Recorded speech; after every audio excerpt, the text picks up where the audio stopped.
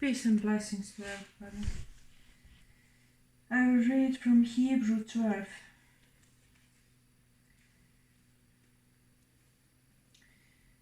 We have all these great people around us as example.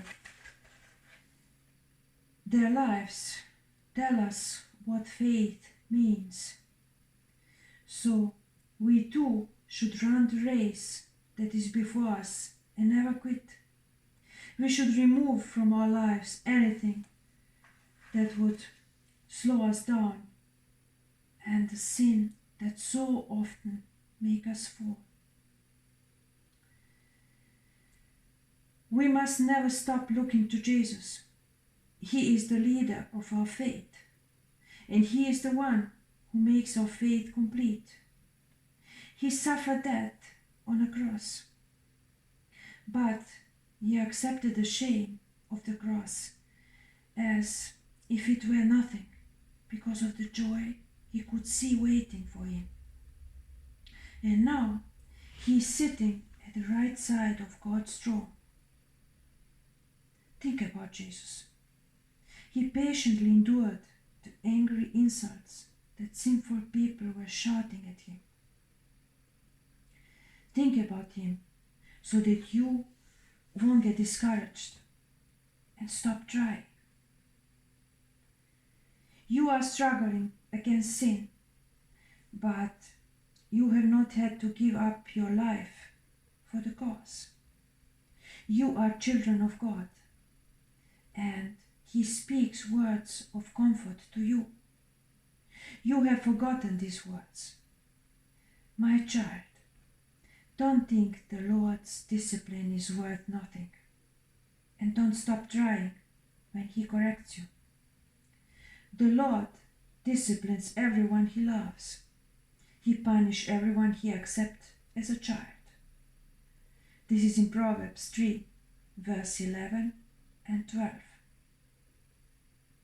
So, accept suffering like a father's discipline. God does these things to you, like a father correcting his children. You know that all children are disciplined by their fathers. So, if you never receive the discipline that every child must have, you are not true children and don't really belong to God. We have all had fathers here on earth who corrected us with discipline, and we respected them. So it is even more important that we accept discipline from the Father of our spirit. If we do this, we will have life. Our fathers on earth discipline us for a short time in the way they thought was the best. But God disciplines us to help us so that we can be holy like Him. We don't enjoy discipline when we get it. It is painful. But later, after we have learned our lesson from it, we will enjoy the peace that comes from doing what is right. You have become weak, so make yourself strong again.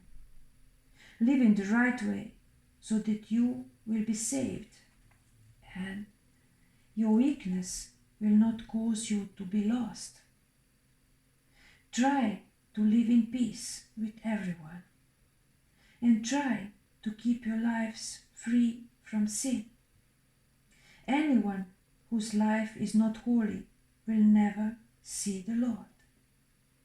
Be careful that no one fails to get God's grace. Be careful that no one loses their faith and become like a bitter weed growing among you. Someone like that can ruin your whole group. Be careful that no one commits sin, and be careful that no one is like Esau and never think about God. As the oldest son, Esau would have inherited everything from his father, but he sold all that for a single meal. You remember that after Esau did this, he wanted to get his father's blessing. He wanted that blessing so much that he cried. But his father refused to give him the blessing because Esau could find no way to change what he had done. You have not come to a place that can be seen and touched like the mountain the people of Israel saw, which was burning with fire and covered with darkness, gloom, and storms. There is no sound of a trumpet or a voice speaking words like those they heard. When they heard the voice, they begged never to hear another word. They did not want to hear the command. If anything, even an animal, touched the mountain, it must be killed with stones. What they saw was so terrible that Moses said, I am shaking with fear.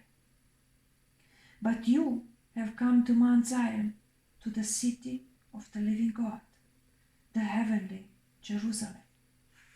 You have come to a place where thousands of angels have gathered to celebrate. You have come to the meeting of God's firstborn children. Their names are written in heaven. You have come to God, the judge of all people. And you have come to the Spirit of God people and of good people who have been made perfect.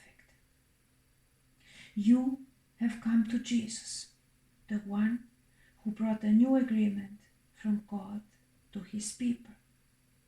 You have come to the sprinkled blood that tells us about better things than the blood of Abel. Be careful and don't refuse to listen when God speaks.